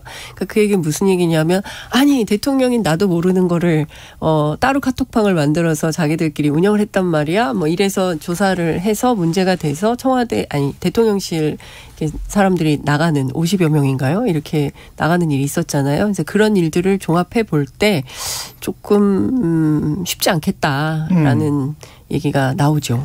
저 얘기 말고 다른 또 커플이 있어요. 다른 커플을 제가 좀 이따 끝난 다음에. 지금? 아니요, 좀 이따. 좀 이따. 방송 끝나고. 방송 끝나고. 아까 장성철 소장께서 시점하고 대권 주자는 아니다. 그 원칙 있지 않습니까? 네. 그게 상당히 지금 생각해 보니까 중요한 것 같은데 대권 주자는 아니다라면 내각에서는 원희룡은 제외되는 거네요, 그러면? 원희룡 국토교통부 장관과 권영세 통일부 장관이 지금 당대표 후보군으로서 지금 대두되고 있다 보여지는데 그 원칙에 의하면 원희룡 장관보다는 권영세 장관이 조금 더 유력해 보인다라는 생각이 들고 어쨌든 본인도 여러 가지 좀 의지가 있는 것으로 여러 군데서 좀 흔적이 남고 있어요. 지금까지 말씀드린 모든 것은 이 두 분의 취재를 통한 추정입니다. 그렇게 생각하시면 되겠습니다. 사실은 모릅니다. 사실은 모르죠. 왜냐하면 하지만 상당히 설득력이 있는 것 같습니다. 지금. 전당대회 과정에서도 바뀌기 때문에 정치는 생물이어서 아침에 분명히 이렇게 되는데 점심 되면 바뀌어 있고요. 점심 되면 저녁 되면 또 바뀌어 있고 이렇습니다. 그러니까 계속 우리가 이 일을 할 수가 있는 거죠. 사실은 생물이 아니고 딱 이렇게 고정돼 있으면 한 번 말하고 끝나는 건데. 그 권영세 장관 같은 경우도 이제 정치권에 복귀하는 강한 의지가 있고요. 본인이 계속 뭐 통일부 장관 할 건 아니잖아요. 2024년도에 총선에 공천도 나가야 되고 당의 중심도 잡아야 된다는 생각도 있고 인수위에서 부위원장을 하셨는데 그때 얘기를 들어보면 대통령께서 상당히 진중하게 대우도 하고 얘기도 듣고 했다고 하더라고요. 검사 선배잖아요. 그렇죠. 그러니까 다른 사람 대하는 거랑 달랐대요. 맞아요. 그렇기 때문에 권영세 의원이 당대표에 출마하겠다 그런 의지가 있다라고 하면 대통령도 그렇게 썩 거부감을 느끼지 않을 것 같다라는 생각이 사실은 최강시사에서 지난번에 권 장관이 인터뷰를 했는데 내각 개편이 그래서 시점이 중요한 것 같아요. 그래서 시점이. 맞아요. 그래서 내각 개편이 내년쯤에 있지 않겠습니까? 그 관련된 질문도 사실 당대표와 관련된 질문이었거든요. 그랬는데 내각 개편이 내년쯤 있지 않겠습니까? 그런 이야기를 했거든요. 그러면 시점이 만약에 1, 2월이 아니고 또는 내각 개편이 좀 빨라져서 1, 2월이거나 아니면 3월이면 그러면 내각에서 나갈 수 있다는 이야기가 되는 거잖아요. 그렇죠. 개각이 있을 수 있겠죠. 1월 달쯤에는. 1월 달쯤에. 네. 그렇게 되면은 이제 3, 4월 달에 전당대회를 연다고 봤을 때 또 왜냐면은 이 변수가 있어요. 시점 변수가 왜 있냐면은 정진석 비대위원장이 지금 엄청 신났어요. 비대위원장 하시면서. 이제 가처분 신청도 기각됐잖아요. 그러니까 야 나는 정말 이제 비대위원장을 넘어서 당대표야라고 생각을 하고 있어가지고 실질적으로 67개 당협위원장 자리가 비어 있는데 내가 이 자리를 채울 거야라고 지금 선언을 해놓은 상황인데 그러네요. 더 중요한 게 있어요. 당무감사위원회를 열어가지고 지금 지난번에 대선과 지방선거 때 좀 생각보다 저조한 득표율을 기록한 당협위원장을 바꾸겠다라는 방침까지 서 있어요. 기존의 당협위원장도 바꾸겠다. 공석뿐만이 아니고. 공석 67개 플러스 정말 뭐 3, 40개의 당협위원장을 바꾸게 되면 100여 개 이상의 당협위원장이 정진석 비대위 체제 안에서 바뀌게 돼요. 그것이 그냥 한두 달 안에 끝나는 것이 아니거든요. 그렇기 때문에 저는 전당대회가 이런 당협위원장 임명 때문에라도 2월 달 이전에 열리기는 좀 힘들다라고 전망을 해보고 2월 달 이전에는 열리기 힘들다. 네, 3월 달 넘어가면 어쨌든 내각에 있는 분들도 참여할 수 있는 기회가 열린다라고 말씀드립니다. 근데 이제 그런 얘기도 해요. 왜 4월이냐, 왜 3월이냐, 기왕에 하는 거 일찍 전당대회를 해서 빨리 정리하는 게 낫지. 비대위 체제에서 이걸 다 정리해버리면 다음 당대표는 뭘 하냐. 어차피 당협위원장이 이제 공천권을 행사하게 되는 거잖아요. 그렇기 근데 때문에 저기 또 그 공천 시즌 전에 다시 또 당무 감사위 열어가지고 또 조건특위 여러 가지 또 바꿔요. 네, 그래요? 그러니까 근데 국민의힘은 그럴 수도 있을 것 같아요. 네. 계속 바꾸니까 네. 뭐 어쨌든 전 국민이 당원 당규를 알게 된 이런 상황이잖아요. 그렇기 때문에 언제든지 바꿀 수 있다, 유동적이다, 뭐 그런 생각이 좀 들고 또 다른 한편에서는. 권영세 장관에 대한 평가가 굉장히 좋다는 거예요. 앞서 말씀해 주신 대로 그 연수원 기수가 상당히 선배예요. 맞아요. 윤석열 대통령보다 15기고 윤석열 대통령이 23기니까 굉장히 맞습니다. 차이가 많이 나는 선배여서 상당히 예우를 하고 대통령이 이제 얼마 전에 뭐 조선일보 기자 출신 그 캠프에 있었던 사람 얘기도 했지만 뭐 혼자서 얘기를 많이 하신다는 거잖아요. 네. 같이 만나면. 그런데 이제 권영세 장관 얘기는 좀 듣는다는 거예요. 예. 인수위 때도 제가 유심히 봐보면요. 방송 화면을 안철수 인수위 위원장도 일어났었거든요. 근데 권영세 부위원장은 일어나지를 않더라고. 대통령이 와서 그 원탁 테이블에 앉기 전까지 일어나질 않아요. 그걸 유심히 봤을 때는 두 분의 관계가 아직도 서울법대의 관계구나 그런 생각이 들더라고요. 검사 선후배 관계가. 때 네. 검찰 선배. 그렇죠. 그게 더 네. 세겠죠, 사실은. 사실은 연배 차이는 그렇게 많이 안 나거든요. 그런데 이제 검찰 기수가 차이가 많이 나면 상당히 선배 대우를 하게 되잖아요. 뭐 언론사도 마찬가지고 네, 그런 게 있기 때문에 제가 보기에는 권영세 장관 뭐 본인도 의지가 있고 또 대통령도 뜻이 그렇다면 지금 막 여론조사에서 나오시는 분들은 아이고 의미 없다 이렇게 될 수 있겠다. 안철수 의원은 아닙니까? 제외됩니까? 제가 보기엔 두 가지 문제가 있는 것 같아요. 첫 번째, 안철수 의원을 못 믿겠다라는 생각을 갖고 있고 또 하나는 이미 빚은 다 갚지 않았느냐. 빚은 갚았다. 인수위원장도 시켜주고 배지도 달아줬는데 더 이상 뭘 해달라고 그러냐 그런 건데 더 중요한 거는 못 믿겠다는 거죠. 왜냐하면 어쨌든 대통령께서 뭐 그런 건지 모르겠지만 윤핵관들이 당권을 잡아서 어쨌든 2024년들에 자기네들의 뜻에 맞는 공천권을 행사해야 되는데 안철수 대표는 이전에 당대표 한 모습들을 보면 자기 고집이 너무 세다는 거죠. 그리고 대권 주자잖아요. 그러면 자기도 대권 나가려면 네 사람을 심어야 되잖아요. 그렇게 되면 대통령이 원하는 공천 그림을 못 그릴 수도 있다. 그렇기 때문에 좀 위험스럽다. 못 믿겠다. 그렇게 판단하는 것 같습니다. 중요한 지적이세요. 그렇기도 하고 실제로 그런데 저는 안철수 대표가 묘한 포인트가 있잖아요. 항상 이렇게 뭔가 캐스팅 보트 역할을 한단 말이죠. 막판에. 그렇기 때문에 실제로 당의 구도가 어떻게 그려질지 지금으로서는 예측하기 어렵지만 결과적으로 전당대회가 열리면 그 국면에서 안철수 대표의 역할은 분명히 있을 것이다라는 생각은 좀 듭니다. 그럼요. 예.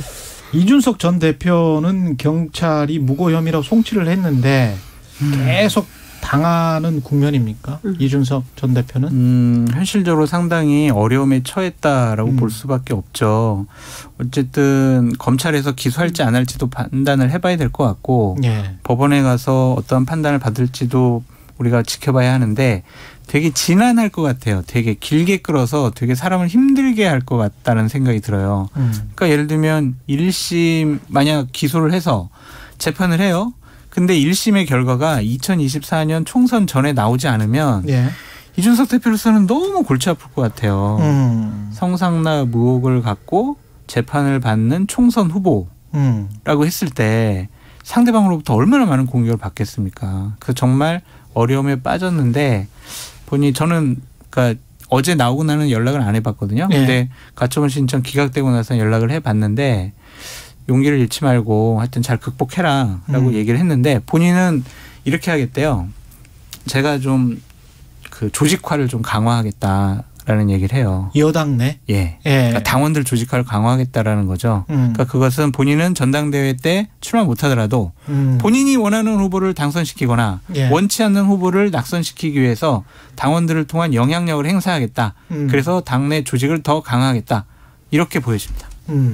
근데 저는 사실 그런 생각은 들어요. 그러니까 온라인 플랫폼을 만들어서 당원 시민들 결합해서 뭔가 역할을 해보고 소통 공간을 만들고 당 안에서의 역할을 부여받지 못하니까 이런 방식으로 자기의 어떤 정치적 활로를 찾아보려고 하는 건데요. 저는 뭐 우리가 뭐 이런저런 평론을 하면서 웃기도 하고 하지만 이준석 대표 개인을 놓고 보자면 참 잔인한 정당이다라는 그렇죠. 생각이 사실은. 좀 듭니다. 네. 예, 그러니까 평론할 때는 뭐 이런저런한 뭐 정치적 해석 또 구구한 얘기들을 하지만 인간적으로 볼 때 국민의힘 참 어쨌든 청년 정치인이고 지난 대선 그리고 지방선거 뭐 다른 선거에서 상당히 기여했던 젊은 청년 정치인인데 이 청년 하나를 이런 방식으로 내몰고 그리고 또 자신들의 권력을 쟁취하기 위해서 막 룰 같은 거 다 바꿔가지고 예. 지금 뭐 8대2 9대1 뭐 100대 빵 뭐 이런 얘기들까지 그렇죠. 나오면서 하는 방식에 대해서 국민들이 동의해 줄 거냐 이런 방식으로 가는 것이 과연 보수 정당이 사랑받는 정당이 될 수 있겠냐 이런 점도 좀 진지하게 국민의힘 내부에서 검토할 필요가 있을 것 같고요. 실제 그런 고민을 하는 분들도 계시는 것 같습니다. 그런 분들 고민하는 분들은 소수인 것 같고 매우 소수죠. 다수의 분들은 야 너무 솔직하셔. 야 준석이 잘랐다. 야 신난다 이제 우리 당 이제 지지율 올라갈 일만 남았다. 그렇게 생각하는 분들이 더 많은 것 같아요. 근데 장기적으로 봤을 때 내년 말쯤에는 어차피 당협위원장 못 받은 사람들도 있고 그래서 나와서 결국은 신당 창당할 것이다. 이게 이제 박지원 전 국정원장이랄지 야권 쪽의 관측이잖아요. 그다음에 뭐 정계 개편 이야기도 나오고 이게 국민의힘 이야기 하다 보니까 2분밖에 안 남았어요. 네? 아, 그래요? 네. 하지 마요. 그래서 이걸로 그냥 끝냅시다. 그 관련해서 어떻게 보세요? 제가 이준석 대표한테 조언을 했어요. 네. 그 대구에서 출마해라. 네. 그러니까 보수의 심장인 대구에서 인정받지 못하는 보수 우파 정당의 정치인은 클 수가 없다. 유승민 대표를 봐라. 그러니까 차라리 대구에 가서 그냥 그 심장부에 가서 본인 인정받아라. 상계동 말고. 네. 그랬더니 그런 얘기를 하더라고요. 그렇다면 결국엔 무소속 출마고 변수가 너무 많지 않냐. 지금은 그걸 생각할 때는 아닌 것 같은데 일단은 본인이 이제 정치의 활로를 찾으려면 대구에 무소속 출마하는 것도 하나의 선택지로 남겨두는 것이 좀 좋을 것 같다라는 생각이 듭니다. 근데 오늘 제가 말씀드릴 수는 없는데 취재를 해보면 네. 여의도 안에 여러 가지 그 전략과 전술들이 떠돌아다니고 있어요. 그런데 아니, 이게 단순히 당대표에서 비례대표 1번 되는 방법이 아닌가? 그거는 안 돼요? 그거는 시간이 너무 짧아가지고 얘기가 너무 시간이 별로 없어서. 근데 어찌됐든 이 정계 개편이라는 게 단순하게 정계 개편만 있을 수는 없다. 여러 가지 정치권 안에 법률 개정이라든가 뭐 개헌이라든가 이런 것들이 세트 플레이로 일어날 가능성이 있고요. 올 연말까지는 이렇게 가지만 내년 초에는 상당히 큰 지각 변동이 있을 수 있겠다라는 전망. 여기까지. 상당히 큰 지각 변동이 있을 수 있겠다. 끝난 다음에 말씀드릴게요. 저도. 내년에 지각 변동할 때 저희들 다시 한번 불러주세요. 아니 지금 바로 끝나면 안 돼요. 한 1, 2분 정도 남았어. 사실 딱 한 가지만 그러면 감사원 있잖아요. 네. 감사원은 이렇게 해서 대통령실에 도움을 주고 있습니까? 본인들은 도움을 준다고 생각할 것이고 이관섭 정책기획수석과 사무총장이 얘기한 거 보면은 어느 정도 조율 하에 이런 일들이 벌어지는 것이 아니냐라고 생각할 수밖에 없을 것 같아요. 네. 이러한 것은 감사원의 독립과 정치적인 중립성에 상당히 심도한 훼손이 된다라고 저는 생각이 들어서 적절하지 않은 것 같습니다.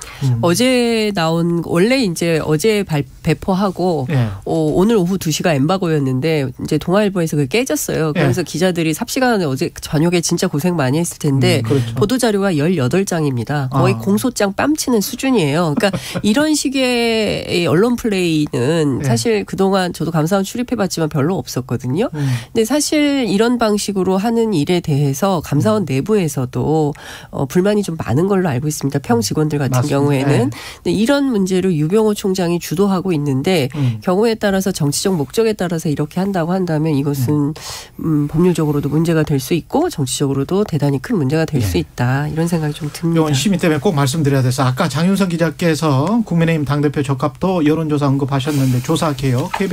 KBC 광주방송과 UPI 뉴스가 지난 11일부터 12일까지 조사한 결과고요. 유승민 36.8, 나경원 12.7, 안철수 12.0, 김기현 5.5 나왔습니다. 자세한 내용은 KBC 광주방송 홈페이지 참조하시면 됩니다. 지금까지 장성철 공론센터 소장, 장윤선 정치전문기자와 함께 말 나눴습니다. 고맙습니다. 네, 감사합니다. KBS 1라디오 최경영의 최강시사 2부는 여기까지고요. 잠시 후 뉴스는 쉽니다. 준비되어 있습니다.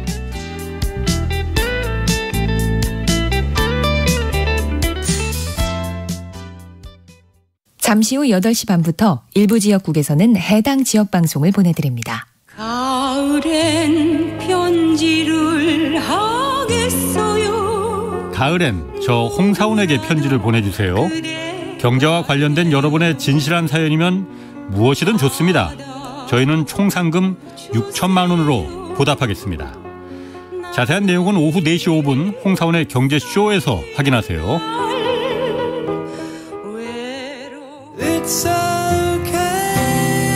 진행은 서툴지만 내용은 알찹니다. 진실의 편에서, 정의의 편에서, 약자의 편에서 뉴스를 전합니다.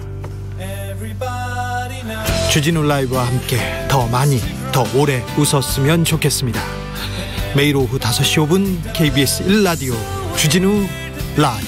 지금 시각은 8시 30분입니다. KBS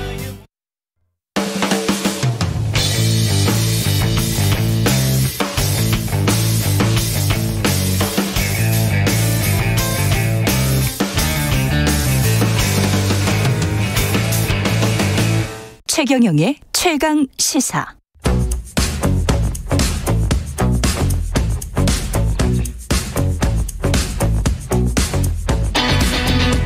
심리로 들여다보는 세상 이야기. 뉴스는 십니다. 네, 정치, 경제, 사회 등 우리 사회 다양한 이슈를 심리학적 관점에서 풀어보는 시간입니다. 뉴스는 십니다. 김경일 아주대학교 심리학과 교수 나와 계십니다. 안녕하세요. 네, 안녕하세요. 예. 국정감사 뉴스 뭐 이렇게 보면 질문 많이 하지 않습니까? 질문. 네. 의원들이 질문하고 참고인과 증인들이 대답을 하는데 주로 이제 질문만 들려요. 질문만 들리는데 그래서 이제 준비한 주제가 질문 잘하는 법. 네. 어떻게 질문해야 원하는 답을 얻을 수 있을까? 이거는 사실 기업에 경영하시는 분들도 그렇고 일반 제가 연수를 해 주거든요. 기자 지망생들에게. 그래서 인터뷰하는 법 같은 걸 가르쳐요. 저도 사실은 배웠었고. 예, 그래서 아주 재미있을 것 같습니다. 여러분들한테 도움이 될 것 같은데 네. 저한테도 도움을 좀 주시고요. 국정감사 같은 공식적 자리이잖아요. 청문회. 이 공식적 자리에서 자기가 질문해서 뭔가 답을 얻어야 되지 않습니까? 네. 어떻게 질문을 해야 효과적입니까? 일단. 국정감사 보면서 많은 분들이 좀 답답하시고 좀 답답해요. 네. 약간 이게 정말 답답한 경우가 많잖아요. 저는 그런 느낌 많이 받아요. 모든 분들이 그러시진 않지만 그런 답답함을 느낄 때마다 드는 생각은 우리나라의 많은 분들이 질문도 안 해보고 답도 안 해본 분들이 그리고 오로지 자기 얘기만 한 분들이 앉아서 질문할 줄 모르고 답할 줄 모르는 분들. 그러니까 양쪽 다 이게 참 양비론으로 가면 안 되는데. 아니, 그 말씀 앞에 질문도 안 해보고 답도 안 해본 분들 이 말씀은 정말 좋으신 것 같습니다. 네. 그러니까 질문을 안 받아봤으니 자기 대답을 얘기한 게 아니라 그냥 자기 얘기를 한 분들끼리 모여서. 맞습니다. 모여서 질문하고 대답을 하니까. 그러니까 마치 축구 연습 한 번도 안 해본 분들이 축구하고 있는 것 같은 그런 느낌을 자주 봐요. 그러니까 무슨 얘기냐면. 야, 비유 좋습니다. 축구 연습을 안 해봤는데 축구를 하고 있다. 그러니까 축구 연습 한 번도 안 해본 친구들이 갑자기 축구를 하게 되면 공이 오면 손으로 잡아요. 아, 그렇죠. 그렇죠. 그러니까 전번 기본적으로 해야 되는 ABC나 원칙을 잘 모르는 분들이 많이 계신 것 같은데. 동네 축구에서 축구 경기 한 번도 안 뛰었는데 바로 국가대표가 돼가지고 그렇죠. TV에서 방영이 되고 있는 그런 상황이군요. 지금 이 상황이. 그래서 답답하구나. 사실 그거는 기자분들도 한번 흑역사가 하나 있죠. 맞죠. 네네. 오바마 대통령 2010년에 G20 EBS에서 다큐까지 나왔지 않았어요? 그때 저도 거기서 출연했던. 그랬습니까? 그러니까 제가 이제 왜 질문하지 않는가라는 건데 기본적으로요. 기본적으로 질문하는 분에만 일단 초점을 맞춰볼게요. 나중에 대답을 어떻게 해야 되는가도 한번 해주세요. 근데 질문이 우리나라에서 왜 없느냐에 대해서 본질적으로 국정감사 같은 특정한 장면을 떠나서 질문을 하는 사람들이 상대방으로 하여금 이해의 책임을 상대방한테 돌리고 자기가 질문을 해요. 자, 이렇게 많이 합니다. 이제 선생님들이나 아니면 기업에서도 사장님들이 막 회의 때 얘기를 해요. 그리고 질문하라고 하기 전에 이렇게 얘기합니다. 이해했지. 분명하지. 확실하지. 예. 그러고 난 다음에 질문을 하라 그래요. 근데 본인이 클리어하게 명확하게 질문을 한 게 아닌데. 그렇죠. 그러니까 얘기를 자체를 이해 책임을 질문을 하면 네. 이해를 못한 사람을 만들고 그렇죠. 질문을 하면은 뭔가가 문제가 있거나 확실하지 않은 사람을 만들어요. 그러니까 그래서 이게 이제 굳이 뭐 영어식 표현을 조금 죄송합니다 빌려오자면 그러니까 Do you understand라고 이름을 물어봐요. 네. 근데 이게 제가 이런 표현을 들은 적이 있어요. Am I clear? 그러니까 이게 뭐냐면 야, 그렇죠. 내가 제대로 설명한 거 맞냐? 그렇죠. 그렇죠. 그 말을 많이 쓰죠. 네, 주로. 그래서 이렇게 얘기를 하고 가야 되는데 네가 이해했냐고, 너 확실하냐고 물어보니까 주체가 다르구나. 그렇죠. 네. 그러니까 이해 책임을 자기가 좀 져줘야 돼요. 그러니까 이렇게 예를 들자면. 아무리 이제 공방이 있어야 되는 그 자리를 하더라도 자, 제가 이해한 바로는 이렇게 됐습니다. 당신도 같은 이해를 네네. 하고 계십니까? 제가 맞게 이해한 거가 맞나요? 아니면 제가 이해한 부분은 여기까지인 게 적절하다고 생각하십니까? 그러니까 여기서부터 출발을 해야 돼요. 그래서 같이 규정하고 같이 그렇죠. 정의 내리는 그 네네. 개념에 관해서 계속 대화를 진정시켜야 되는데 네네. 서로 간에 같은 언어, 단어를 쓰고 있는데 그걸 다른 컨셉으로 지금 생각을 하고 있으면서 계속 대화를 한단 말이죠. 너무 많죠, 그런 경우가. 네. 이게 이제 눈 떠보니 선진국이라는 책에 박혜웅 소장님이 그러니까 이게 적나라하게 얘기하시는데 제가 그 책의 아주 큰 팬 중에 하나인데 정의를 내리지 않고 시작을 하니까. 맞습니다. 그러니까 뭐에 대한 정의가 없이 시작하니까 아예 다른 길로 계속 가는데 이제 각도가 한 5도만 벌어져도 이제 한 5분이나 10분만 지나면 엄청나게 다르죠.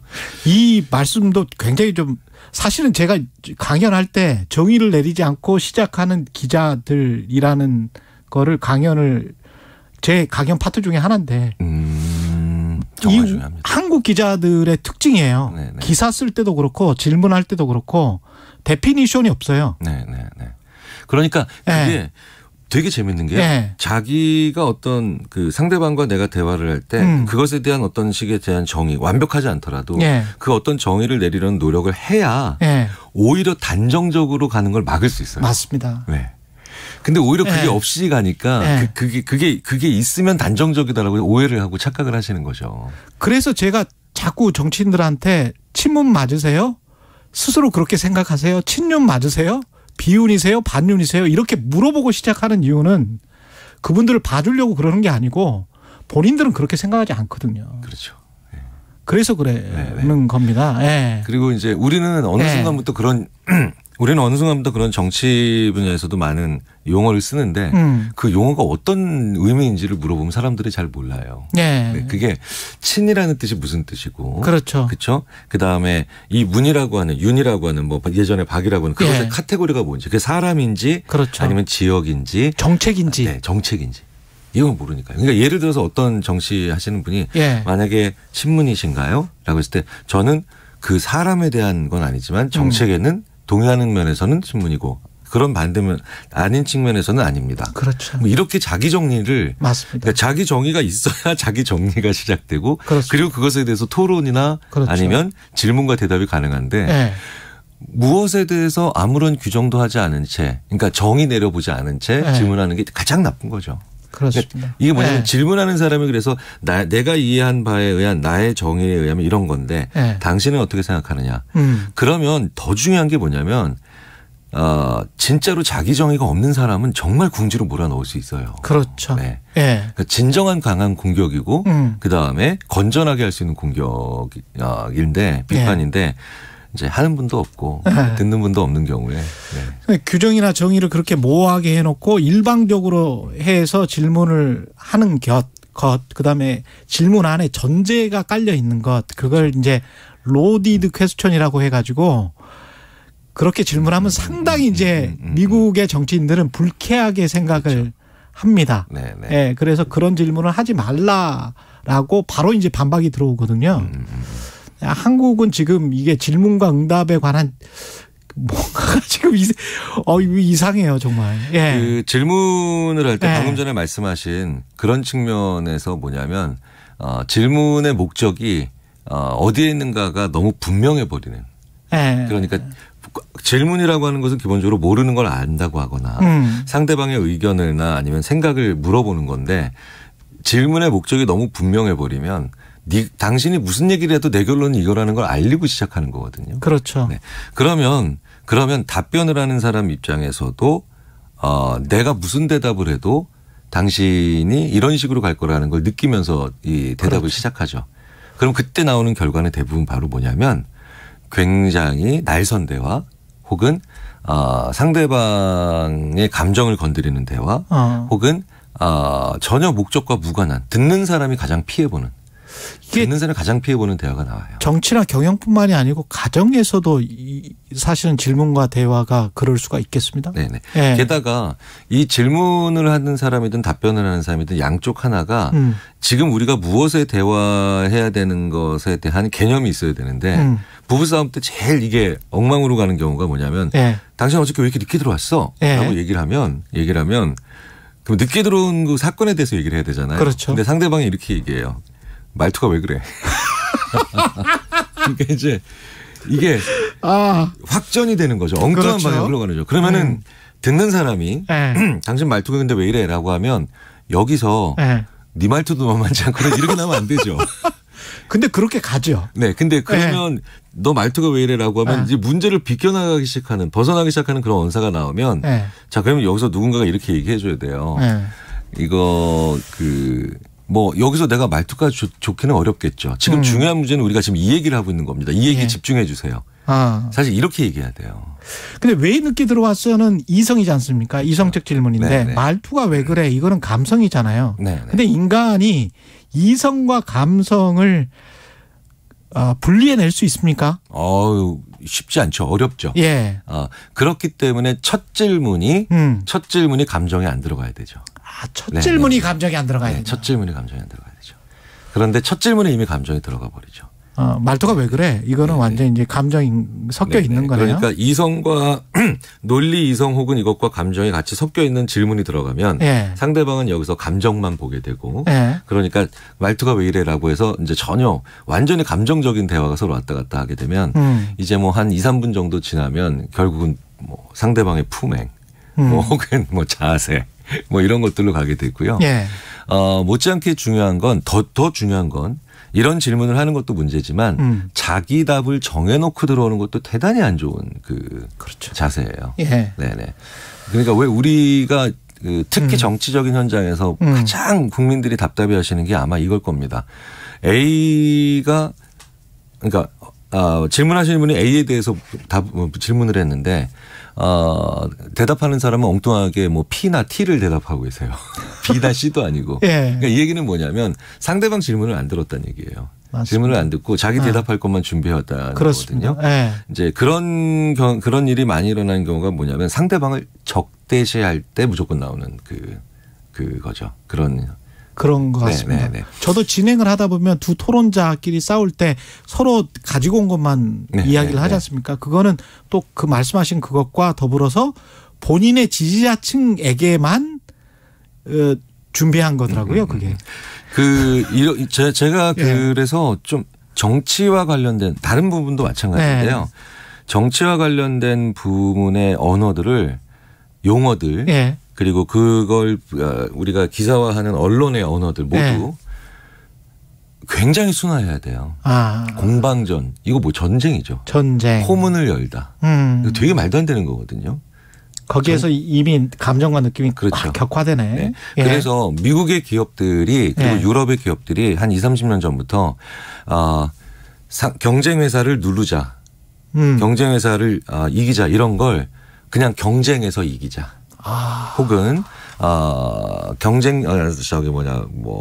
다른 그것들을 격퇴하자.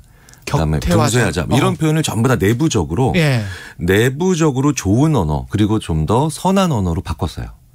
내부적으로 기업 내부에서. 그러니까 어떤 그 기업의 윤리성이 강해지면서 매출이 신장하더라는 거죠. 두 마리 토끼를 잡았더라는 거예요. 오히려. 네네. 그러니까 이런 질문 우리가 지금 보면서 답답해지는 그런 질문과 대답이 왔다 갔다 하는 그 현장을 결국은 바로잡으려면 그 현장 직전에 그 한참 전에 내부적으로 좋은 언어를 써야 돼요. 그러니까 언론이 자꾸 전쟁이나 전투를 부추기고 싸움질을 부추기는 쪽에 언어를 사용하는 것도 잘못된 그렇죠. 거겠습니다. 그게 너무나 그러니까 우리는 심지어 예. 외국인 선수들 있잖아요. 예. 프로스포츠에서는 외국인 선수들을 용병이라고 불렀던 시절도 있어요. 맞습니다. 맞습니다. 네, 이거 되게 저는 처음에 프로농구에서 그런 그렇죠. 용병 선수 그러니까 뭐 외국인 선수도 아니고 예. 용병 선수라는 건 지금 대리 전쟁하러 온 선수거든요. 그러네요. 그렇죠. 그러니까 예. 이런 표현들이 너무 우리가 뭐 예전에 권위주의적인 뭐 군사주의 뭐 군사 문화가 없어졌다고 하지만 용어가 너무 군사적이에요. 그렇습니다. 너무 용어가 예. 군사적이에요. 그래서 이 언어 자체를 언론에서 먼저 굉장히 자제하셔야 되고요. 정상적인 단어로 돌려놓으셔야 되죠. 저도 진행하면서 많이 좀 고쳐보겠습니다. 네. 그리고 예. 내부적으로도 선한 언어를 쓰고 예. 중립적인 언어를 쓰도록 노력을 많이 하셔야 돼요. 그게 근데 결국 자기의 언어와 자기의 자세를 좀 더 지혜롭고 그리고 품격 있는 사람으로 보일 수 있게 만드는 가장 현명한 방법이에요.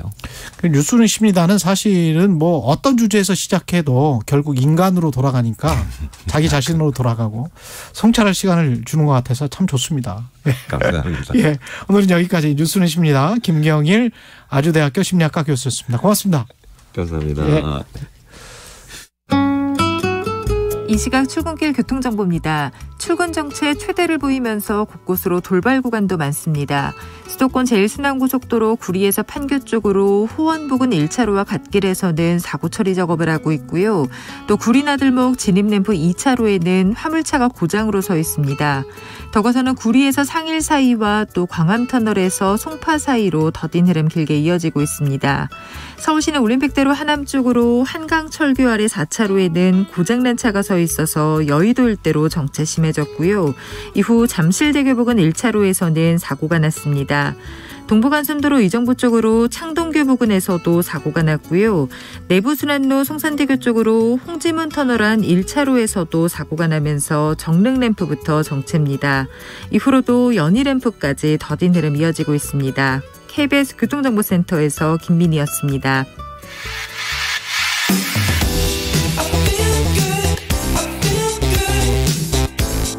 세상에 이익이 되는 방송 최경영의 최강시사. 네, 올해로 데뷔 45주년을 맞은 밴드 산울림 출신 가수 그리고 연기자 김창완 선생님이 지난주에 첫 개인전을 열었다고 합니다. 개인전, 미술 개인전인데요. 화가로 발돋움한 이야기 직접 들어보겠습니다. 안녕하세요, 선생님. 네, 안녕하세요. 예. 반갑습니다. 반갑습니다. 저 네. 사실 대학 때 되게 선생님 좋아했는데, 산울림. 지금도 좋아합니다. 예. 아이고, 감사합니다. 예. 화가도 원래 저 서울대 잠수학과 나오시지 않으셨어요? 맞습니다. 예. 네. 저희 과는 이제 그 예. 개명을 거치다가 예. 이제 뭐 존재 의미가 별로 없어졌어요. 아니, 그때는 농경사회여서 되게 괜찮은 과였었잖아요. 아예 그때도 농경사회는 아니고 이제 그게 이제 잠사가 예. 산업이 상당히 컸었는데 그랬죠. 이제 쇠락하는 산업이었고요. 예. 제가 입학할 때만 해도 이미 많은 그 제사 공장이나 이런 것들이 다른 나라로 넘어가기 시작했어요. 사업이요. 근데 진짜 천재신 것 같아요. 서울대 예. 나오셔서 뭐 저기 가수도 그렇게 하시고 그다음에 화가는 그림도 어떻게 그리세요? 그림은 원래 어렸을 때부터 취미가 있었어요. 예. 그래서 그런데 사실 그림 그린다는 것 자체가 사람들이, 내가 그릴 수 있을까? 이런 생각을 먼저 갖잖아요. 그런데, 네. 사실은 굉장히 유명한 얘기인데, 노래는 누구나 할 수 있지, 이런 말이 있거든요. 그 말을 따라서, 그럼 그림도 누구나 그리는 거 아닌가? 이런 생각을 우선 했어요. 전 노래도 못하고 그림도 못 그리기 때문에. 아니, 그런데 제가 지금 그림을 그린다 해서 이게 굉장히 전하고 싶은 말씀인데요. 예. 제가 그림을 잘 그려서 그림을 그리는 게 아니고요. 예. 제가 캔버스 앞에서 서 있으면서 나는 그림을 못 그리지라는 게 전제예요. 예. 못 그리는데 그러기 때문에 매번 이제 뭐 잘 그리시는 분들은 어떻게 무슨 마음으로 이렇게 또 대단한 화가들은 어떤 심정인지 모르겠으나 예. 그 캔버스 앞에 제일 첫 번째 질문은 지금 나는 뭘 그리려고 하지? 왜 그리지? 이거를 매번 한 작품마다 생각을 해요. 그러면 뭐 나는 잘 그리지도 못하는데 어떻게 그리지? 이 모든 게 저한테 숙제예요. 이제 그런데 그렇게 망연자실하고 어디로 갈지 모르는 그 마음, 그 태도 자체가 좋아서 캔버스 앞에 자주 섭니다. 저를 놓아둔다고 봐야죠. 이번에 여는 개인전은 어떤 주제 같은 게 있습니까, 혹시? 주체가 아니라 그냥 화랑초대전이에요. 주제. 네. 주제? 예. 뭐 특별한 주제는 없어요. 제가 꽤 오랫동안 그려왔던 것들을 그냥 모아서 보여드리고 싶었어요. 그러니까 이게 제가,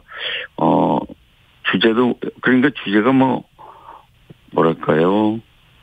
진짜 갈피를 잡을 수 없는 전시회죠. 마음에 따라서 그림을 그리셨고, 사실은 앨범 재킷 작업도 손수 다 그리셨던 거잖아요. 77년 그렇죠. 데뷔 이후에. 네네. 그거 그림을 쭉 그려왔어요. 근데 앨범에 수록하는 그림을 그릴 때하고 지금 그릴 때하고는 너무나 마음가짐이 달라요. 그때는 나는 그림을, 내 노래니까, 내 그림으로 입혀주고 싶다, 이런 정도 생각이었는데요. 지금은 점점 더, 저를 이렇게, 뭐랄까요, 벗기는 그런 작업이에요. 예. 네.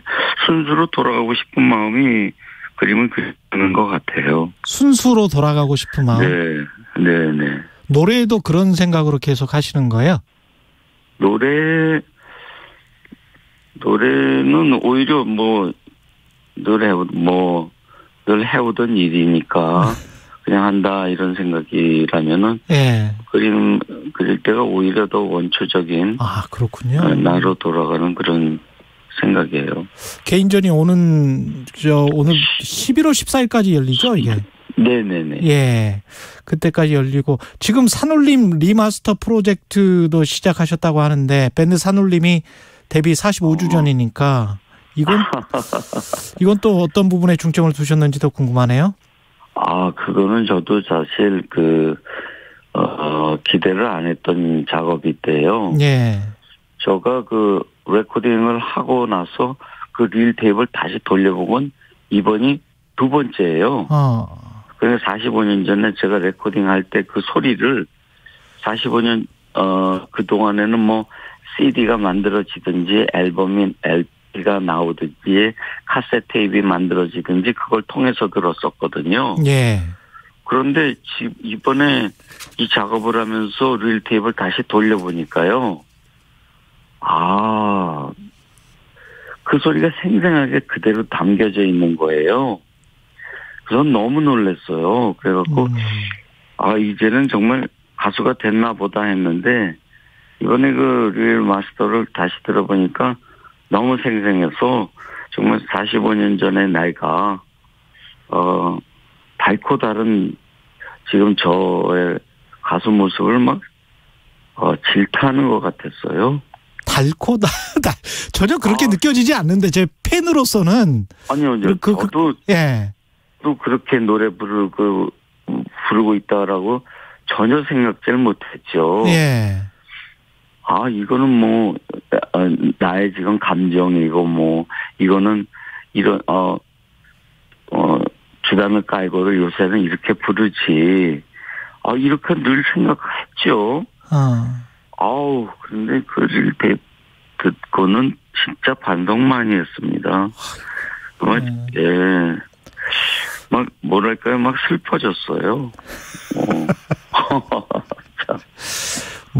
대가가 느끼는 또 다른 감정일 거라고 생각을 하고요.